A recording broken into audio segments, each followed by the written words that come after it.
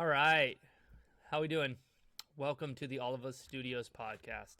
So Will and I are joined tonight by our friend Ash. We are going to move from our topic last week where we talked about sex and when it's right to have that conversation and how you can have that comfortable conversation with your partner or friend.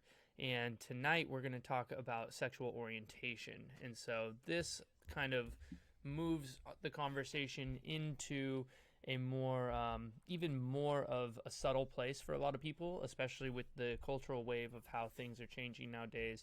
And we want to provide a place of clarity and a space where you guys can come and ask us questions, hopefully learn a thing or two from us and our guest Ash tonight, and also just be able to see that you can have a conversation about something that is often touchy and some people want to try to avoid because they don't know how to approach it, or they haven't had the conversation before because it is such a new thing, or they're just from an area of the country or grew up in a family or followed some type of religious often background, anything that has you coming from an area or a place or a background that didn't grow up with the new sexual orientation backgrounds, the LGBTQ possibilities that are now kind of coming to the forefront of our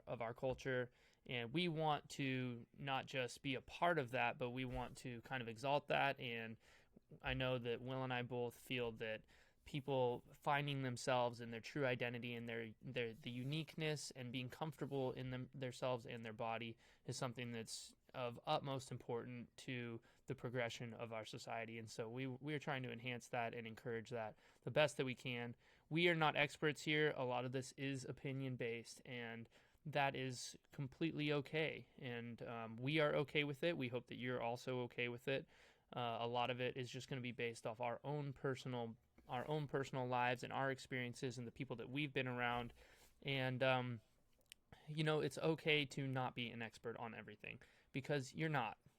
I'm sorry if you think that you are, but you're not, and nobody is. And it's okay though to have those conversations even when you're not the expert, because you having an opinion and opening that conversation may allow you to learn something that you otherwise wouldn't have, and gets you closer to becoming somebody who can be kind of a patriot for the new wave or the new education and knowledge that you could gain from that opportunity if you allow it to blossom. So that's one thing that we want to do here at All of Us Studios, and thank you for being here with us.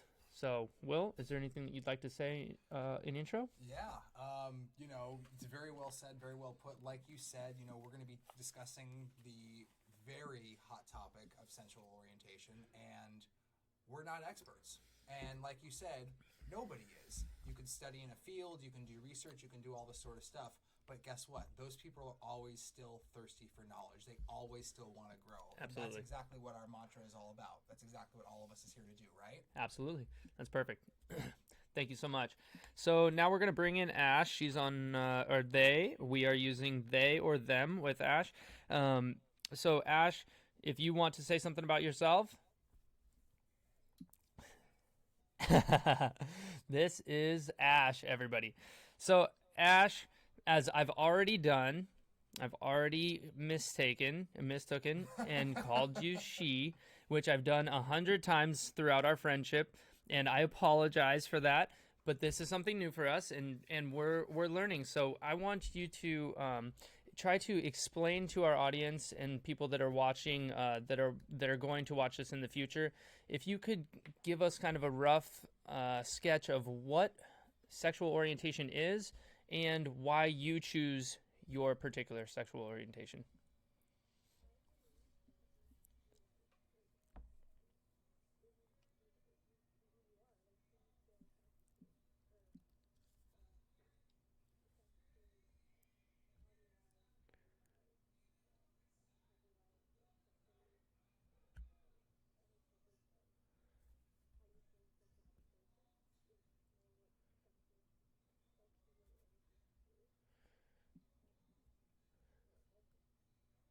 Okay.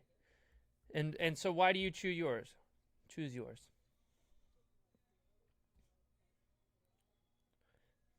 And so when was the first time that you knew that you were not going by the classic he and or she sexual orientation that was I'm sure was assumed upon you at birth and that you lived with until you were able to voice your own opinion on what you believe?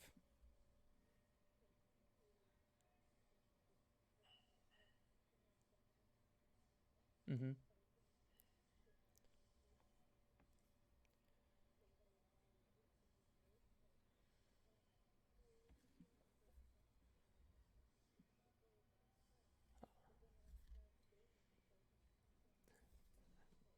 Oh. That's phenomenal.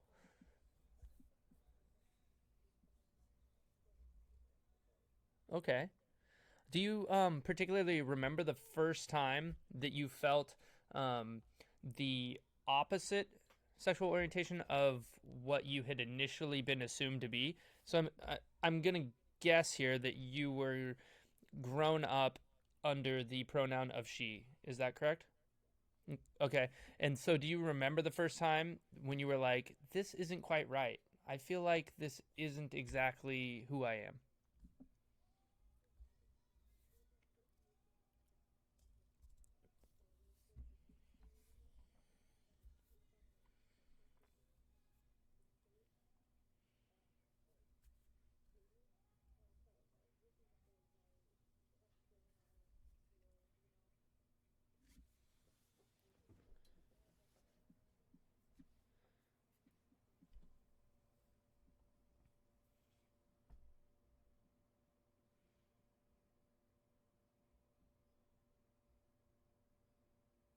Oh, did we lose you, Ash?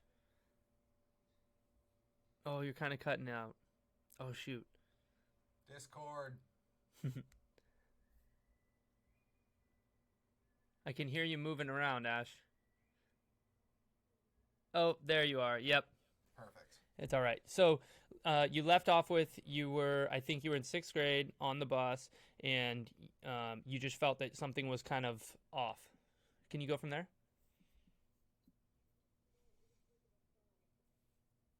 Oh,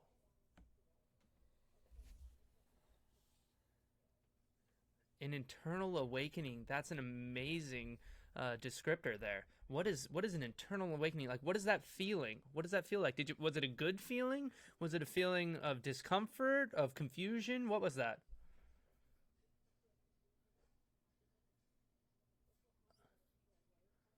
Okay,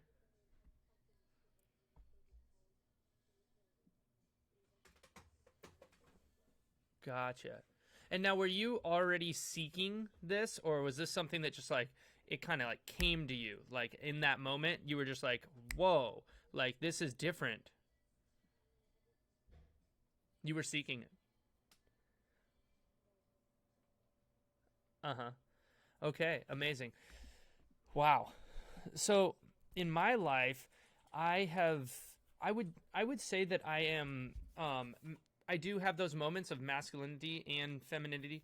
Um, I remember as a kid we used to dress up and wear heels and dresses and be very feminine and kind of walk like what we thought models did and stuff. And my mom actually, her entire career was unbelievable. Had this cutout picture of me in heels and a dress on her desk for everyone at her workplace to see. That was the picture that she chose to hang was the one of me in a dress, and that's totally okay. Like I feel very comfortable in that.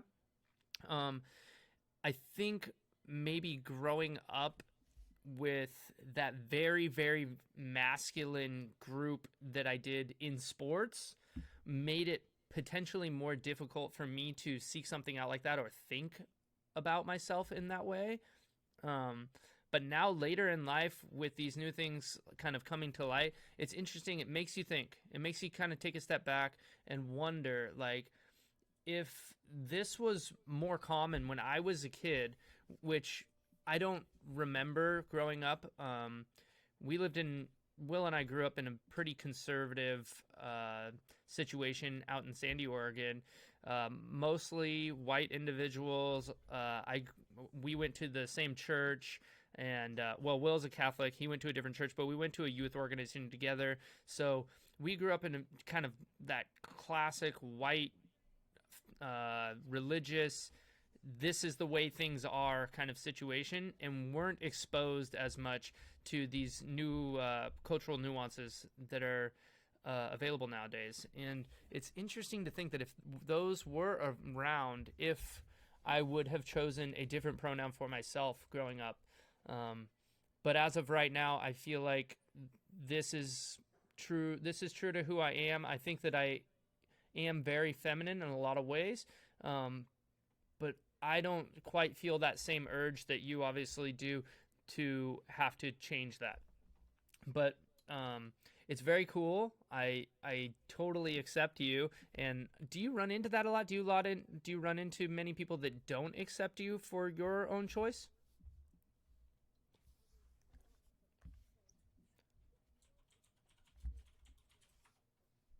The popular people. Interesting. Why would it be the popular people?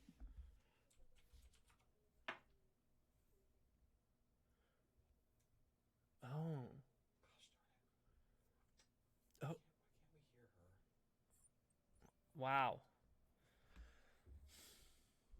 Wow, that's hard. That's hard. That's hard to hear because I would say that um not that Will and I were exclusively part of that group because I definitely was more a part of the as I play video games with you. I was part of the kind of the gamer crew and some of the offshoot crew. Will was definitely part of the music group, and he was in a band.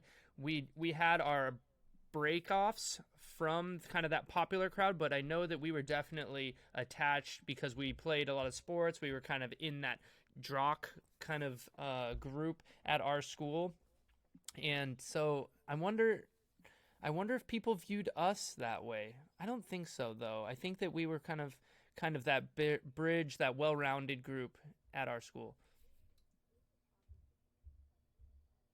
Really? So what's an obvious sign?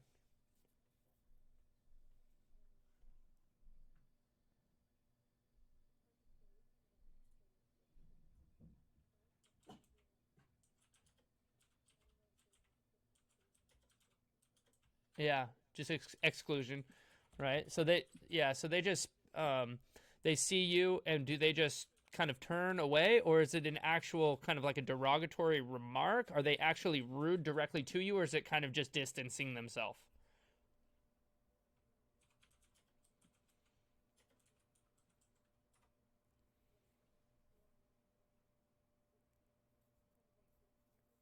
Mm-hmm. Okay, gotcha. And do you approach them very often? Gotcha. Okay, so that's a great background into our own sexual orientations and kind of where we come from. So we're going to move on to a few questions about kind of the global landscape of, well, as far as we know, the American landscape and um, where we think kind of the stance is currently, and kind of some other facts and things about this. Um, so what are all the different sexual orientations that are in our society right now for those out there who don't know much about sexual orientation at all? Maybe they only believe in the at sex and given pronouns of he and she. So, what else is out there and what does it mean? Can you give us a little breakdown?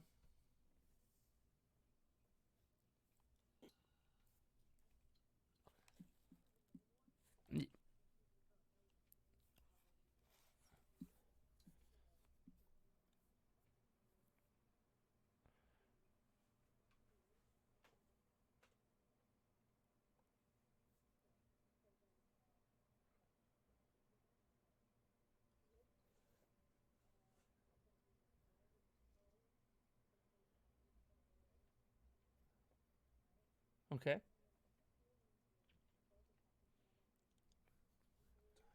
And does that matter? Does Can you be bisexual as a man or a woman? Okay, it's not definitive to just one sex. Okay. And so then what is gay?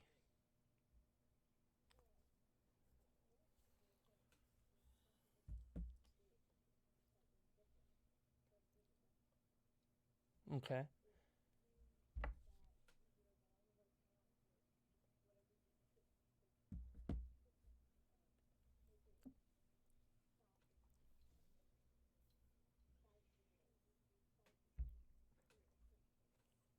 Oh, okay. So gay is kind of a more global term that can be used for a lot of different sexual orientations.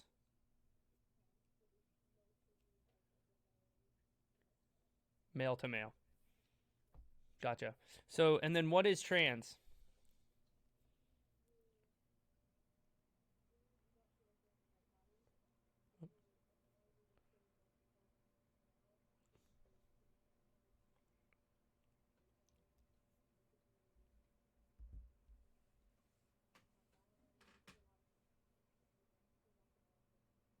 Okay. Can you explain some of those ones that you just said, which is agender and binary, non binary? What does that mean?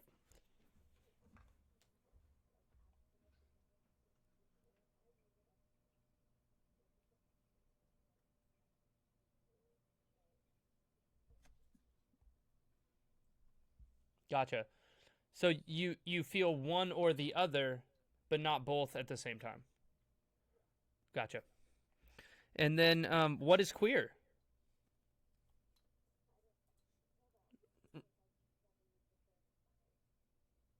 Yeah.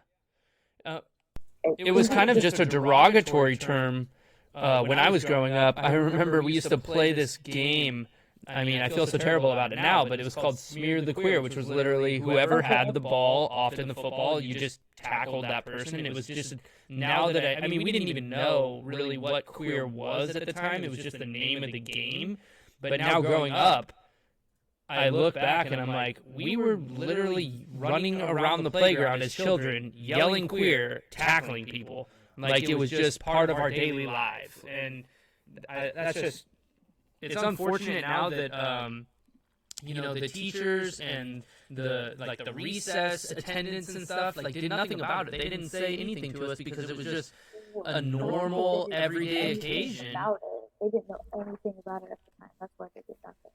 Yeah, exactly. This is when I was still in school, we were doing sex ed, right? And one person, since there was like a random question box, asked, "What does the term you just talked about mean?" And the teacher, she explained it like you did, but backwards. Like it was a good thing, which Oh, really? The queer was a good thing. Well, I mean, then again, not that it is a bad thing, about, like, but it was great to hear a teacher actually like appreciate somebody for how they were. Yeah. Which never happens. Well, now, before it never happened. Period. Like, when did it happen before? Well, and then. She hasn't. I'm trying to get her live the whole time. Oh, really? Yeah. Can't even hear? That's what I've been. Aww. Wait. You can now. You just buzz in the background. Really? Yeah, it's the same issue we had when we were doing Magic Beer. When Bob was coming through, like, Bob was clear, but then you would have like that humming in the background. Got it fixed? Yeah, we can hear her now. You're humming a little bit. That's okay. We're doing the best we can. This is all new stuff. Yep, exactly. We're doing a great job. Ash is doing a great job. Okay. So how about we move on to, and I think you've kind of already answered this, but if you could one more time, is sexual orientation a choice? Is it a choice? It can be, but most of the time it's more of a feeling than a choice. It's not like you can't choose on a one rainy day, oh, I'm gay. Like, it has to be, I consider true feeling, like, through, like, I feel this way. Gotcha. So it's not like, okay, I woke up today, like, today I would like to be trans. And it's not like that. It's like, you wake up and you're like, wow, like, I feel this very feminine way right now. This is how I am, and this is who I am in this moment. Yeah, well, just more or less it, or what that means. But there was one more term or Oh, uh, go for it. sexuality I wanted to talk about. Okay. And Yeah, absolutely. pansexual, which is very Wait, common. one more time. Sorry, I missed that. Pansexual, like Oh, pansexual. Okay. it means to have don't not caring about what their body looks like, but their personality. So you just have total disregard for what what they look your like. what your sex is. Yeah, and what you look like. It doesn't matter. Okay. Does And that's the one. it sounds like it would be something that would be kind of difficult. Like, do people that are pansexual often have a hard time with hygiene? Because I feel like that's like a big part of like why a lot of people like stay really hygienic. Like they brush their teeth, they want white teeth, and they want to look good. They want to have a nice hairstyle. They want to be well cut because so they can look good to the opposite sex. So what does it mean to not have any care? Well, they don't have any care for the other. Oh, I see. It's not personal. It's for everyone else. Yes. So how can they not care about everyone else, but care about themselves and how their appearance is? That's an interesting way. Well, I don't know how to explain that because I can't. Yeah. Like Totally. say that for a fact, but. Mm-hmm. Yeah, and I'm sure it is kind of like loose, and everybody has their own slight variation of how they individually feel about it. But that's an interesting one. I wish that we had someone who's a true pansexual on our podcast right now, because that would be an interesting conversation to dive into. But maybe for another time. So this is a really interesting one. So do other species on our planet engage in homosexual behavior as well? What do you think? Do you think that? Ash, let's let Will take this one. I think it's difficult to say. I think that you think about, creatures like dolphins who have sex for pleasure. Mm-hmm. And the other one's escaping me right now, the other creature that does the same thing as far as dolphins and humans that have sex for pleasure. Mm-hmm. But I don't know if the pleasure element plays into that. I don't know if it has anything to do with the idea of pleasure equaling the same idea of orientation or anything like that. Like, I have absolutely no idea. But if I had to guess, I would say that there's probably an attraction between gender-like species, but turning it into a sexual attraction, that's interesting because how would they express that? As the animals and the creatures, how would they express that other than just normal, like let's use, like apes, for example. Just normal touching and feeling and being close to the other animal and picking bugs out of their fur and hair and all that sort of stuff. So to what degree does that represent a gender-specific animal? I don't know. I think that's a good question. Yeah. I think in short, the answer is yes, but I don't know to what degree that means. Yeah, because even if an animal were to take action and have actual intercourse with another animal of their same sex, how do we know that their orientation is that way? How do we know that they're not doing that from a primal instinct and not from a choice of attraction? Right. Yeah. Right? I don't know. That's a great question. Which I think the language barrier there is something that we may never know. Right. We may never figure that out. Right. But that's so. But according to the internet, there is 450 different species that they have found that actually engage in homosexual activity, which could be what you're saying, some type of fondling or touching or whatever. But there is homosexual species in the world. We're not alone. I knew it. You nailed it. You nailed it. One more for you, buddy, before we get back to Ash. So, how many people of each sexual orientation are there in America? A country of 327 million. How many do you think are lesbian? So specifically lesbian? Specifically lesbian. Let's say lesbians. 324. 327 million. 27 million. Okay. So I would say. Think about it for one sec. Why? I see you typing in our chat over here. So what is this? I'm going to say yes because the only thing that animals have apart from us is less developed brains sexually in genetics? Is that what I'm saying? I'm a little far away.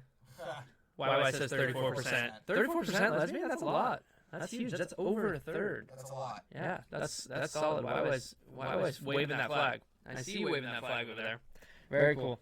So what do you think? Well, are you on YY's camp? 34%? I think 34 is a solid number. I'm going to say 30. I'm going to do a little more conservative. Uh-huh. Say 30. Okay. And I'm going to stick with that. Okay. What percentage do you think is heterosexual? Claim to be heterosexual. 50%. So still in a high majority, you think? You think high majority of our country is heterosexual? I think so. Okay. I do. Cool. Yeah. I don't know though. I That's why we're just throwing this out there. I would like to be pleasantly surprised. Why do you think 15% is heterosexual? Interesting. He's in a different camp than you I are. like it. I love this. Good. Ash, what do you think? Lesbian and hetero. What do you think? What are your numbers? I think lesbian has to be at least in between 15 and 30. 15 and That 30 are for out, that lesbian. are out. Okay. And then hetero gotta be at least 40. 40 for hetero. Okay. Do you think there's still a majority? Yeah, still majority, yeah. Yeah. And the only reason I say still is because I'm going on the assumption that before most of these terms were socially kind of acceptable, and I don't remember them being so strong even when we were growing up, just in the last 30 years since we were growing up. So I'm going on the assumption that because they weren't so prevalent, that we really couldn't have any type of figure for that in the past. So most people were probably considered hetero even if they weren't. Right. Yeah. Okay, moving on. What about bisexual? What percentage do you think is bisexual? I would say.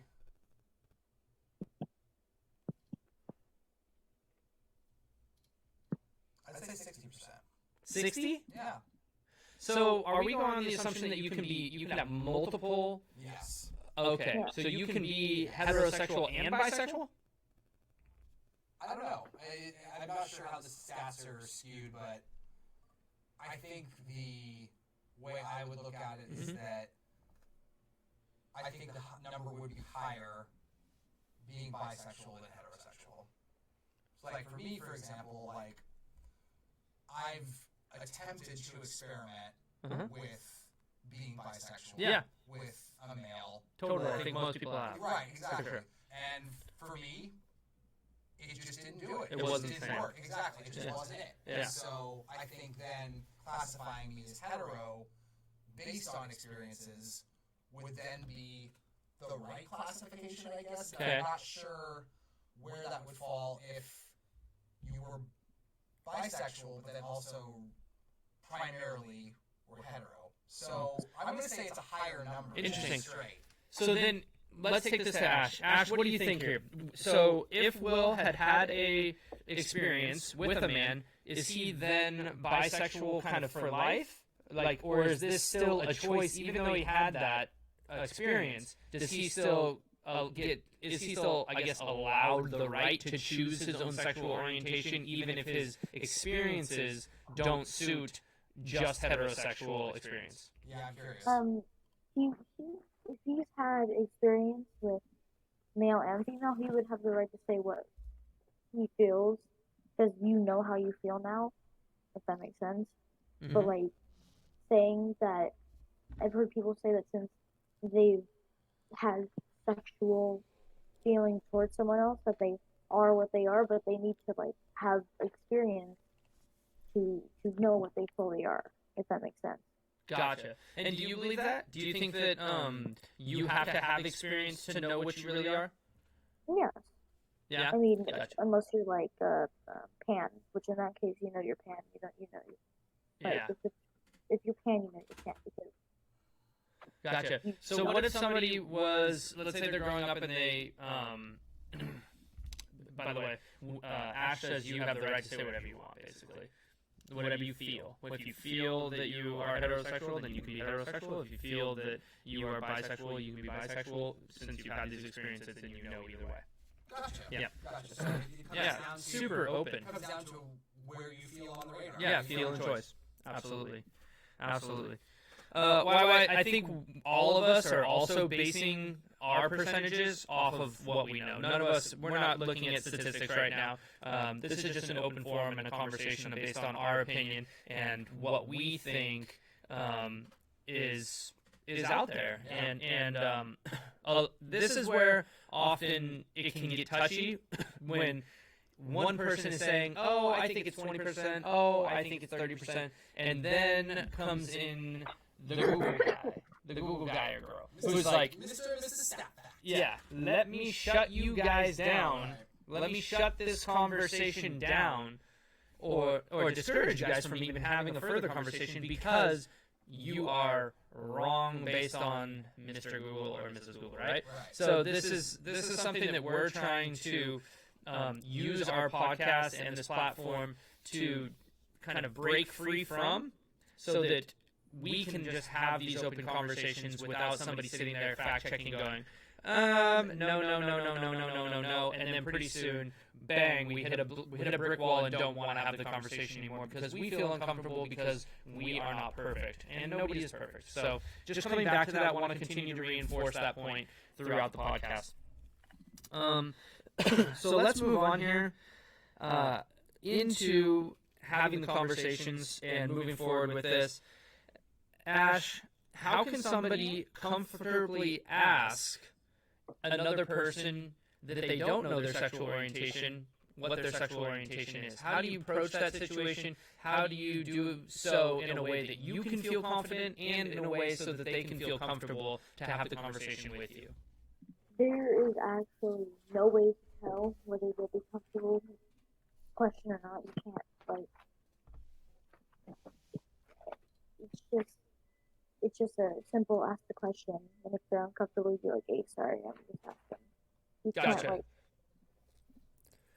So you don't preface the experience or the conversation being the experience. You don't kind of feel it out through like any type of like testing questions in previous scenarios or anything. You just dive in and you say, "Hey, what do you think? What do you feel?" And because I want to know, and they don't. Okay. You don't think people would feel offended by you by others diving into something that is fairly personal? Well, I mean, the only reason I would do that is if, I say, if somebody's a she and I say she and you can tell they're uncomfortable, I'll ask. Okay. So, you still go on the assumption that their sex is the pronoun that they go by until you see a discomfort in them and or they bring it up or anything like that. Yeah. Okay, so that's the proper way to do it. For those out there who are unsure about this type of thing, I would agree. Will, would you agree that just talking and using the pronoun he, she until someone seems uncomfortable and then therefore moving to asking is the correct line of action? Absolutely. I think that's one of the best ways because you are unsure and you don't know until you are corrected. And so therefore, you need that correction or that person to be able to tell you, "Hey, I prefer X, Y, and Z."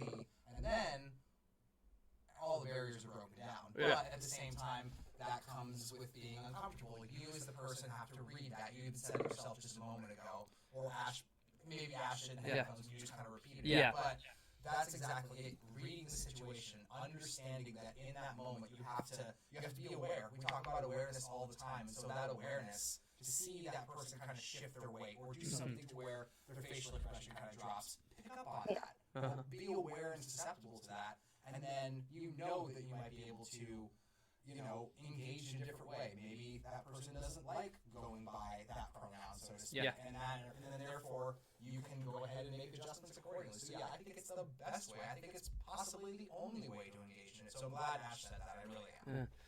Now, do you think a future coming to where it becomes part of the initial icebreaker, conversation that you have with someone? Because when you typically make small talk and you meet somebody, you go, "Hey, my name is. What do you do for a living? Where do you live? Like how like what are your interests? What are your hobbies?" Is part of that going to be what is your sexual orientation? Do you think that in the future that if we have, because right now we're LGBTQ plus, I mean, if that acronym continues to go 30 long and people, there's more and more and more and more orientations added to that, do you think at that point it kind of gets so convoluted that people then just off the bat, it just becomes part of our culture to just ask right up front? Do you think that happens or no? I mean, I think it won't happen because oh, sorry. No, go for it, Ash, real quick, and then we'll get Will's response. Perfect. I think it won't because I feel like that's more of like we're stage 2 level friendship. Like, oh, I see. Gotcha. Like, I feel like this is more appropriate now than it was, before we were even friends. Yes, absolutely. So Ash is saying that she thinks it's kind of like a stage 2 to a friendship. It's not like that initial. It's something that you get to through becoming more and more comfortable with somebody. Yeah.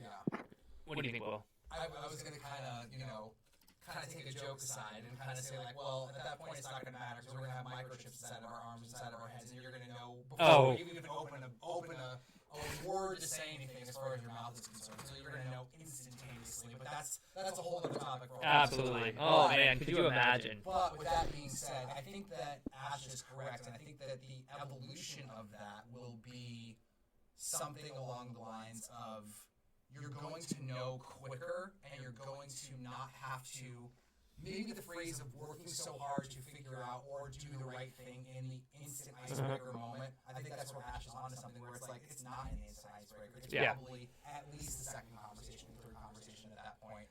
But I think that first initial icebreaking conversation, because of how far we've come, is only becoming more and more poignant and obvious to where it's very apparent that it could happen in that icebreaker conversation. It really could. And so I think the evolution of that is going to be easier for us as a species because it's so apparent now, and it's only become more and more and more.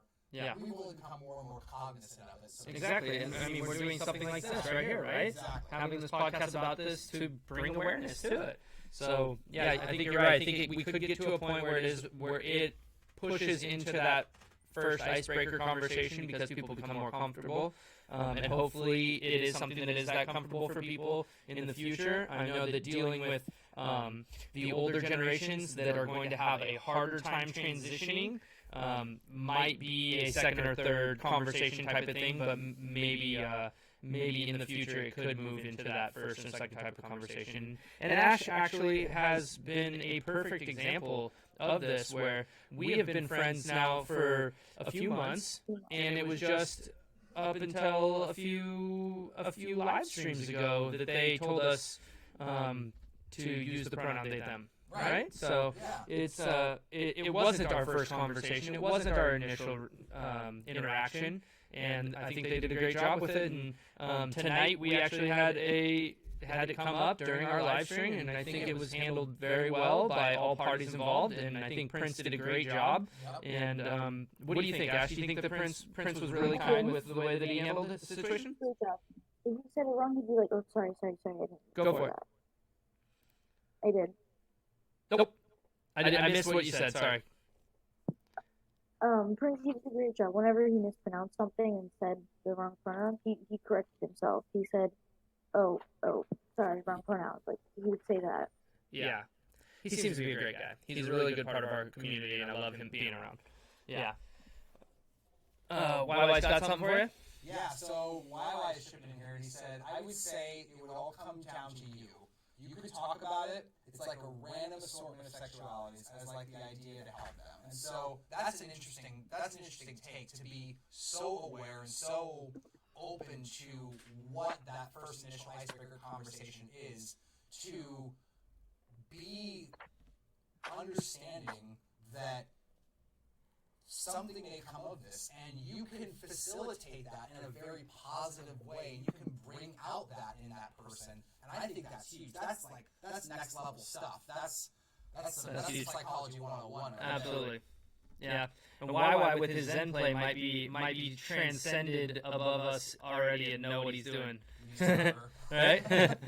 So, Ash, if you could give us a breakdown of, so somebody, let's role play here. So we're in this situation, we walk into some location, right? I come up to meet you, I don't know you, and we begin having a conversation. I use an improper pronoun, and you feel uncomfortable. How do I know, and what is kind of like a signal that, if there is a universal signal or some type of very obvious signal for people to watch out for, to look for, to try to see, that way they can notice the discomfort and therefore ask the question. Is there anything like that that is pretty obvious and that you show?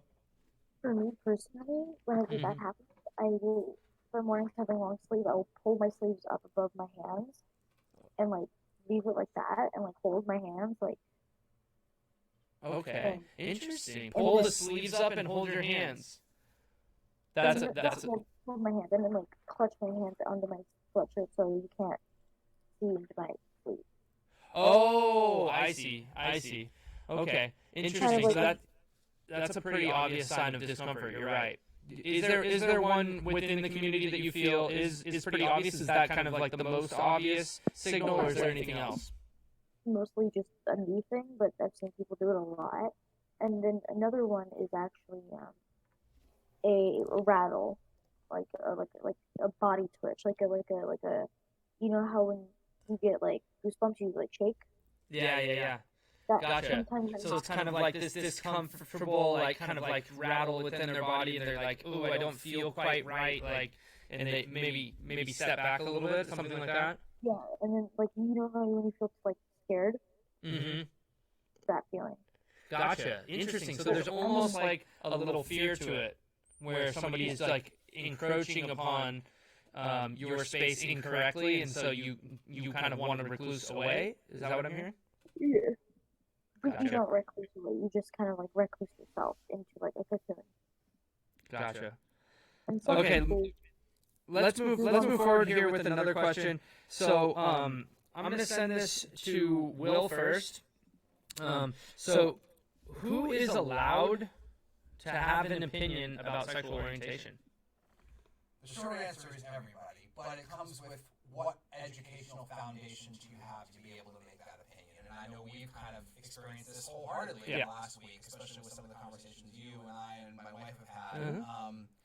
It comes down to listening and responding and knowing that you're not the expert. We topped it off with this podcast as far as saying you're not the expert. We're not the experts.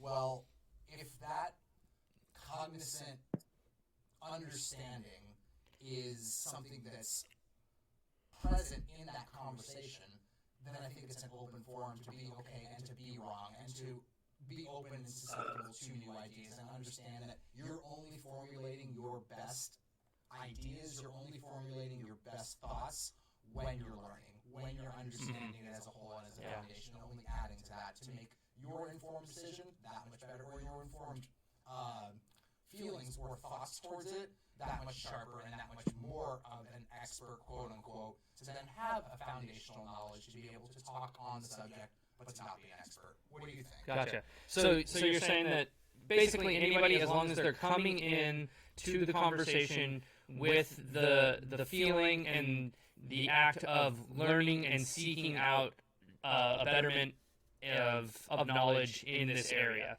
Yes, that's a much more concise. I just took everything you heard and just was able to cut it down. Perfect. Yeah, Okay. So Ash, what do you think? Who's allowed to have an opinion about sexual orientation? Well, obviously everybody is, but I feel like people who want to criticize it, right? Those who want to criticize? Have less of a right to. But like if you're like an activist speaker, you have 100% right. But if you're like trying to make people who are like that go down, Mm-hmm. should be allowed to. Like, Gotcha. really So if depends. you disagree with the LGBTQ movement, then you think that they're less allowed to have an opinion about it than somebody who's like a pro-activist for it?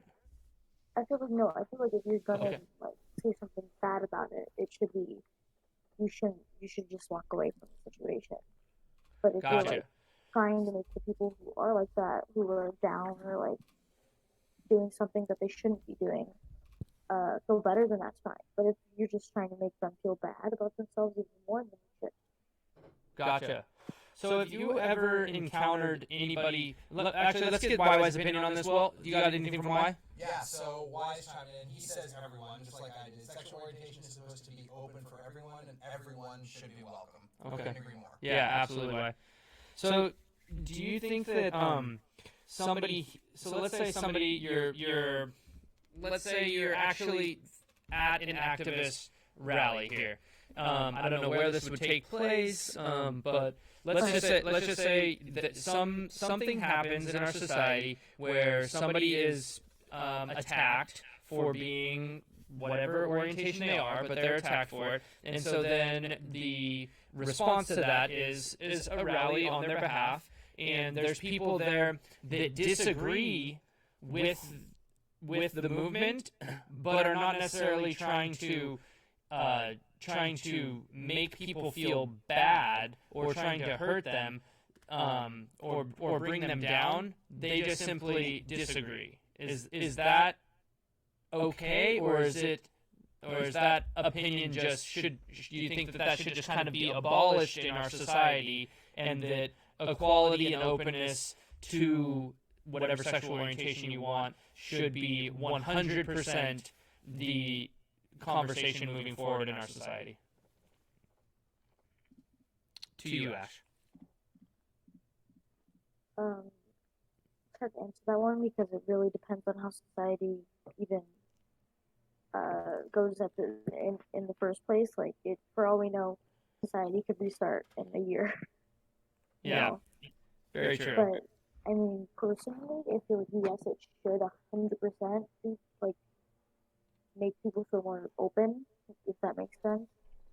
But in the future, we're gonna have so far probably won't. People have been getting worse and worse by the day. You know. Oh, you think so? Yeah. Because the grandparents are telling their kids it's not okay, or their grandkids. Gotcha.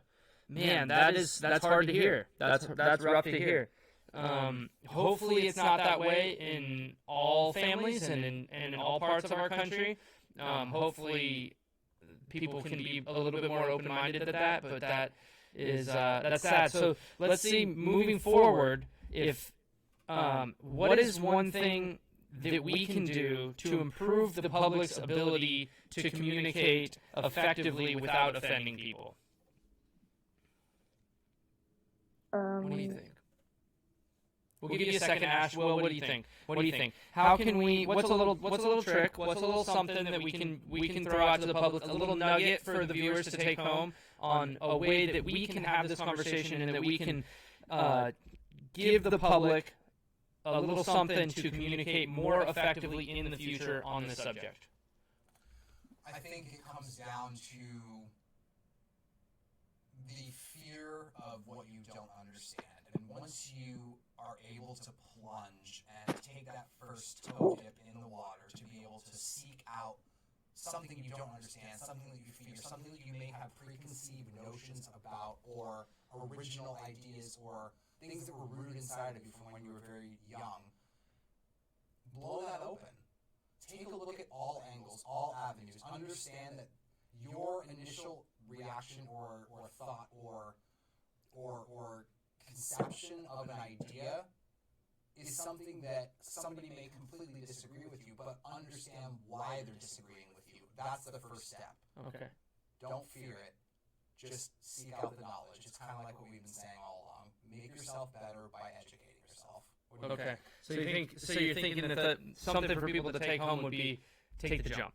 take the jump. right? Not necessarily that there's like one specific thing to do, but the thing to do is to do, right? Make that move. Make that move. Throw up on your phone. You know, what is homosexuality? Boom. What is Pride Month in Portland, Oregon? Absolutely. Start by taking that initial step, and that's the best thing. That's the best advice that I can give. Gotcha. Ash, what do you have for everybody? I think that there should actually, although we aren't really talking about this topic, people in some places like are still trying to get acceptance to colored people. Like there are still people that don't like it. You know, Mhm. there's Yeah. still people. You know, I think there should be actually a class in school to teach you about how to treat other people. Oh God, would that just be brilliant? It would be brilliant because then people wouldn't be treated like crap all day. Absolutely, and we totally need that. We need a class to teach people how to interact with one another because as society moves forward, things change, and it's not just okay, you're male and you're female, okay, you're white and you're black, and now we have sexual orientation, and now there's so many hobbies, and there's so many differences and unique things that we can do in this world, and the ability to travel and just have all of these crazy, unbelievable, unique experiences. Like somebody could be in your class from Ireland and from Singapore and from like an island somewhere deep in the Pacific Ocean, Micronesia or something, and all of these different backgrounds, and how do we mold this melting pot of a global society to work and understand each other together? I think that that's a great idea, Ash, and you should teach it. I would come to your class if you were going to teach that class. Will, we got something from YY? Yeah, Wyatt wants to chime in here a little bit. He says, if you are there to confront them, to stop them, but not make them feel bad, that's going to be hard. But you still shouldn't judge people on their sexuality. They're humans too. And I feel like someone disagrees with what your sexuality is, then you should just stop trying to change you. Okay. Yeah. I like it. Yeah. I mean, you got to follow your own heart, right? You got to beat your own drum. And somebody else is coming in your way and telling you that you need to change, unless I don't even know. So actually, let's take this question to Ash.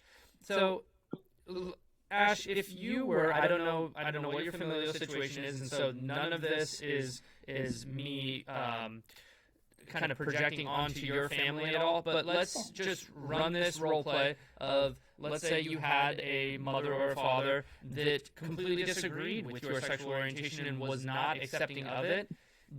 What do you do in that situation for people that are kind of out there that are maybe hiding their orientation due to fear or whatever other reason that is present in their life? What do you think they would do in that scenario, and what's a way for them to kind of come out if they want to, or to at least seek out a community and a group of people, of like-minded people, where they can feel comfortable?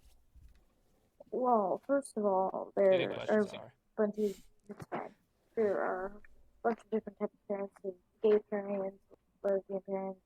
There's so many different parents in the world, so there could be so many different opinions. So I can't really give a definitive answer on how to do No, it. absolutely not. Just based on your experience, or just what you think. You can just come up with whatever generate answer that you want. But personally, I feel like before you even say anything to your mom or dad, you should ask them about it first on how they feel about it. Oh, that's such a great tip. That's fantastic. So asking about it first and just getting kind of like feeling the waters out a little bit before you just dive in.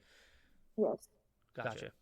It's more or less like, hey, how do you feel about gay people or the LGBT community? See what their answer is, and if they say, it doesn't matter to me as long as it's not going to affect me, that's what most parents say, to be honest. Mm-hmm. Gotcha. But Then it's okay. you really just got to ask your parents how they feel about it before you want to tell them. Gotcha. And then say somebody has the conversation, they are getting the feeling that their parent is not going to be accepting. How do they find a community out there to be accepted in if their family is not going to be accepting of them? there are actually where I live. There's like a Tuesday night thing where LGBTQ kids go. Where Oh, really? Yeah, there is.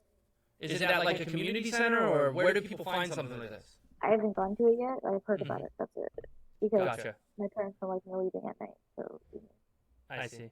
Or So, I don't- but there are places out there where you can find groups like this. It's not like something that doesn't exist. It's available if you want to find it. And Excellent. in some situations, there have been kids, although this isn't the actual topic, but kids have, there's like a place, I know there's this place, but when you do actually tell your parents or sibling and whoever you're living with that's your guardian, and like some people have been kicked out of their own home for being that way. Oh God. And there is a place where, for being, people have been kicked out for being pregnant, Mhm. everything, Yeah. And there is I know here there's one, it's a place where kids can go when they've been kicked out or are in an abusive family or have, Mhm. and it's really good because there could be kids that need to run away from home, and these places won't tell the cops about it because they know what's going on. Yeah. Because it isn't illegal to do that because that was the kid's choice. Yeah. And if the parent Absolutely. didn't say you can leave, then the Then you're kids free. can get in trouble. Yeah, you're free. Mhm. You're But- free. Go to a place where you feel safe and you feel comfortable with people that accept you. That makes absolute sense. And then I know for a fact, like me personally, I don't want to live with my parents. I don't like living with my parents. But that's just a me thing. Yeah. It's not It's just because I you. hate them or anything, but like it's just I'd rather live with other people, like friends. But that's just whatever kid says. Gotcha. Well, that'll be an exciting day when you get to fulfill that moment, huh? Yeah. Absolutely. Cool. Well, I feel like we've gotten a lot of good information here. I really thank YY for tuning in through our Twitch chat. Thank you so much, Ash, for being a part of this. Will, obviously, I love you. Thank you for being here. I think that we really found and dug into this topic and got a few good things out of it. We don't want to exhaust the topic, and that way we can grow from this and move forward. But I think that we did a good job. Not just a good job. I would say a great job of showing that we can have this conversation comfortably, and we can learn from this together, and not have to be the expert, but be okay and just learn from one another. So thank you guys so much for being here. We appreciate it. This has been an All of Us Studios podcast, and we will catch you guys next Friday for another All of Us Studios live stream and then podcast follow up. Hope to see you there. Thanks, Ash, for being here. Oh, no problem. Take care.